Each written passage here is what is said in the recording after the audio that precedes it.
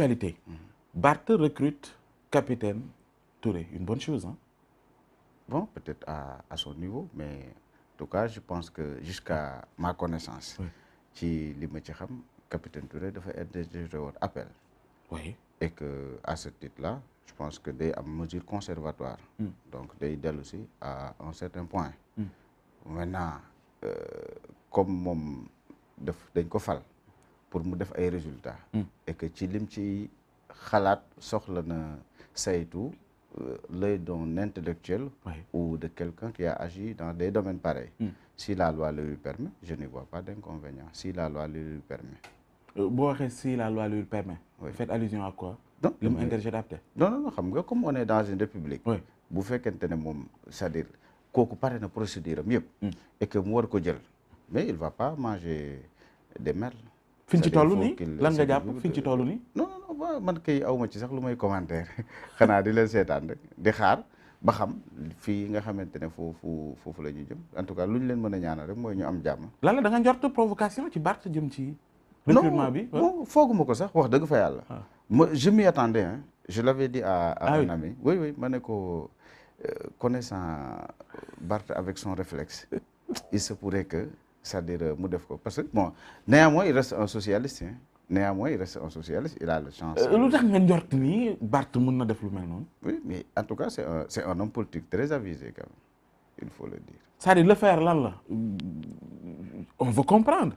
Politiquement dafa am gain bu mu ci am wala lan la. non fooguma ko peut-être il vient au chevet d'un jeune qui peut-être a maille avec son corps et que mu xalaat ne aussi war na ko mun servir xam nga nit moom bu demee ba nekk maire de Dakar sax dootoo ko xalaat des réflexes politiciens. yaa ngi xalaat ne lépp lu muy jëf rek ci intérêt askan. mais malgré tout ça da nga am xalaat boobu. nga ni waxtaan nga ci ak say xarit. ni le connaissant boo nee le connaissant ça n'a rien à voir avec un Barth bi ngay wax. non c'est-à-dire xam nga mën naa xam son sens de d'humanisme. Quelqu'un qui vient au chevet, c'est-à-dire des personnes souvent yoo xam ne dañu nekk en difficulté. waaw affaire yi demee noonu. peut-être côté boobu. d'accord sànq nga ni socialiste la. oui te yéen a ko dàq ci parti bi. waaw loolu moom c'était connu de tous. lu tax nga convoqué socialiste bu mu doon alors que yéen jàpp ngeen ni nekkatul. non xam nga moom ñoom c'est-à-dire moom si boppam da koy wax chaque jour. dinay wax ne moom socialiste la. c'est-à-dire et que loolu la gëm. te man xam naa ne tamit jàpp naa ne loolu la gëm parce que nekkoon na ci parti bi c'était un garçon très très très dense, hein, c'est-à-dire qui croyait aux valeurs. Maintenant li ci des moom comme il incarne un certain extrémisme avec ses nouveaux amis. peut-être que entre-temps xanaa mu yëf yi changé mais en tout cas daal mais est-ce que loolu yóbbu na leen ba ngeen xalaat ni mairie bi tàbbi ci loxoom mën nañoo jàpp ni ba léegi c'est un socialiste qui dirige la mairie de Dakar c'est ça. oui waaw moom kay kenn mënul dindi ne moom socialiste la. maanaam tey parti socialiste day compter mairie de Dakar. comme non pas du tout déedéet loolu kay moom Yewwi Askan Wi la. Yewwi Askan Wi la taxawu la. waaw loolu moom mairie ñun mairie yi fi am c'est Jean-Baptiste Diouf c'est Aline Ndoye. mais comment ça se fait que parti socialiste. lu ñuy gën di dem. ay dooleem di gën di wàññeeku. on l'a même vu ci élection locale yi ñu génn. ba tey jii maanaam question yu posé mooy seen àndandoo finalement. ak le président Macky Sall. daf leen gën a desservir. que li ngeen xaaroon. comment ça se fait que ba léegi ngeen continuer noonu mel ni kuy def benn jeu de dupe seen diggante ak président Macky Sall xamuñu ndax yéen a ngi fa wala newu leen fa. souvent pour ngeen wane seen bopp sax ci taxawaay amee benn leadership bi jafe na leen on ne sent pas que ni parti socialiste est dirigé par koo xam te ne war nañu mën a xalaat ni kat mu ngi ko téye di joxe ay orientation yoo xam ne yéen a ci topp parti socialiste tey la gën a dee que démb c'est cette impression que ñu bëri am moom ngeen am aussi. non xam nga impression bu c'est-à-dire bu nit yi am rek mais je pense que sax ñëpp partagé wuñ ko parce que xam nga d'abord boo ñëwee.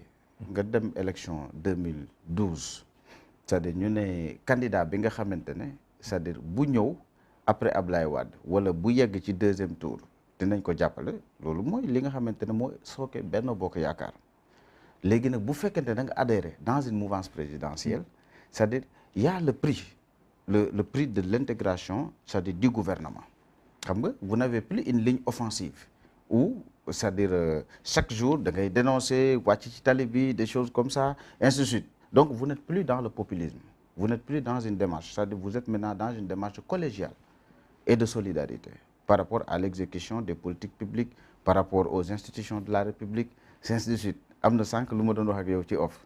C'est-à-dire en réalité vous faites face aux dires réalités, c'est-à-dire de la vie et de la gestion. C'est-à-dire vous vous occupez du Sénégalais, vous vous occupez du Sénégalais, c'est-à-dire de l'école, de la santé, c'est-à-dire de l'économie, ajuster les prix, ainsi de suite. Et aujourd'hui, c'est-à-dire bu ñu xëyee rakkin cak ñi ngi xool, c'est-à-dire naka la ñuy def ba nga xamante ne c'est-à-dire essence bi du manqué, gasoil bi du manqué, kérosène bi du manqué, des choses comme ça. C'est-à-dire loolu mënoo ko boole ak dénonciation parce que tu cherches des solutions.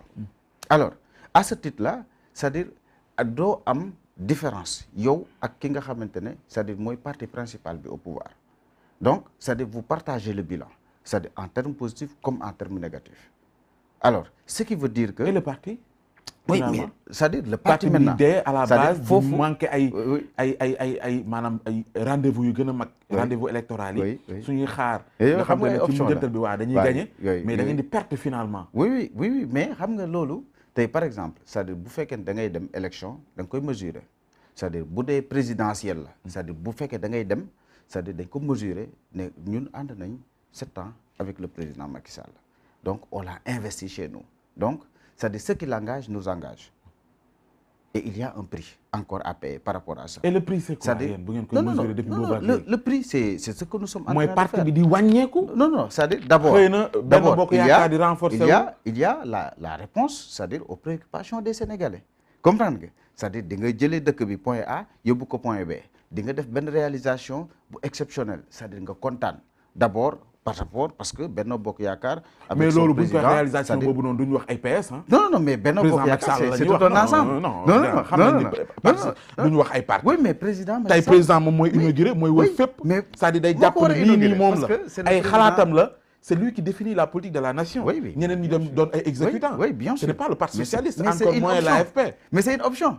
C'est-à-dire quand tu prends une option déjà d'être dans un gouvernement c'est le prix à payer hein. C'est-à-dire c'est un homme c'est-à-dire c'est un homme qui est là, mais c'est tout un système qui marche. Donc toi, dès lors que tu es dans le système, c'est-à-dire am na li nga xamante ne loolu moom ngay c'est-à-dire def mooy di nga yeewu nit yi nekk ci hôpitaux yu baax di nga yeewu Covid-19 ñëw c'est-à-dire nërmel yenn dëkk yi nërmelul sa dëkk c'est-à-dire di nga ñëw c'est-à-dire nga tabax loo xamante ne am na solo di nga ñëw nga réaliser ay forages di nga ñëw nga tabax ay hôpitaux yu bees di nga ñëw ainsi de suite voilà c'est-à-dire mais des responsables yi nekk dans laquelle waxuñu yow li nga wax maintenant il y a des responsables yu ànd ak yéen yu jàpp ni maintenant toor la leen àndal maintenant c'est-à-dire loolu mooy li nga xamante ne moom ngay def par la main droite mais xam nga ne c'est-à-dire c'est intact tey par exemple les gens de la jeune génération comme nous c'est-à-dire nous voulons arriver aux responsabilités. Plus de responsabilités en prenant la grande chaise. Ah oui. mooy lan ci 2024. oui vous allez vous présenter. 2024 ou 2019 ou quelque chose comme ça. non romb na 2019 c'est-à-dire non dama ko waxee noonu. c'est-à-dire ku nekk bu xam boo nekkee ci benn parti c'est am na li nga xamante ne moom ngay bëgg mais bu saa yu parti bi amee option stratégique ñëpp dañuy ànd muñ c'est-à-dire liggéey loolu ngir intérêt dëkk bi parce que biñ koy def dañu ne ngir intérêt Sénégal. comprendre nga nekkatul parti nekkatul leneen on y va ensemble maintenant. mais y a ak yéen toujours parti socialiste amatul. maintenant c'est-à-dire ak yéen bi ngeen ko yoree ba léegi. parti socialiste amatul. maanaam bu ñuy wax. présidentiable. waaw ku nekk di fësal say leader. ñii jàpp ni ñii la ñu naan yéen parti socialiste amul loolu. yéen amatu leen. ku ngeen jàpp ni kii kat. war na mën a bokk ci jongante 2024 yi. c'est-à-dire loolu ngeen rey seen compagnonnage ak le président Macky Sall pour ne pas dire Benno Bokk Yaakaar. non vous avez accepté. parti boo xamante ne dafa jóge ci structuration boo xamante ne da ngeen koy bàkkoo chaque jour. parti bi gën a mag. parti bi gën a nàngam. ngeen mujj doon ñoo xamante ne daal ay faiseurs de roi. vous êtes derrière le président Macky Sall lu mu wax ngeen ne gongo. lu mu waxu leen ko. c'est-à-dire foofu ngeen yóbbu parti socialiste. finalement mënu leen ñoo wax naka ngeen di bokkee ci yeneen jongante. vous partagez ce bilan mais en 2024 vous allez dire oui on était là ñun ñoo exécuté ñoo nangam amu leen kenn tey ngeen di teg ci kanam. gisoo ci élection locale yi ñu jógee mais parti socialiste dafa présenter ay listes. non mais vous me parlez d'élection locale alors que man par exemple non jiite yéen wax siège nga ma wax sànq. pardon occupé siège nga ma wax sànq. oui mais bi ci gën a mag lan la. oui mais c'est la grande chaise. la grande chaise attention mais xam nga c'est-à-dire tey bu fekkee ne da ngay jël dëkk c'est-à-dire di nga am foo njëkkee di nga am ay parlementaires yu taxaw di nga am ay maires yu taxaw c'est des répondants di nga am sax à la limite quand tu n'as pas de maire il faut nga am ay conseillers municipaux di nga am ay conseillers départementaux ainsi de suite maintenant c'est-à-dire ndax parti bi dox na wala doxul wala est-ce que c'est en santé c'est-à-dire de sorte que c'est-à-dire qu'on puisse aller c'est-à-dire vainqueur en 2024 ou en 2029 c'est-à-dire cela maintenant va de soi c'est-à-dire loolu moom suñu liggéey la permanemment dañ ci war a nekk parce que quelle que soit la situation c'est-à-dire ce qu'on perd c'est simple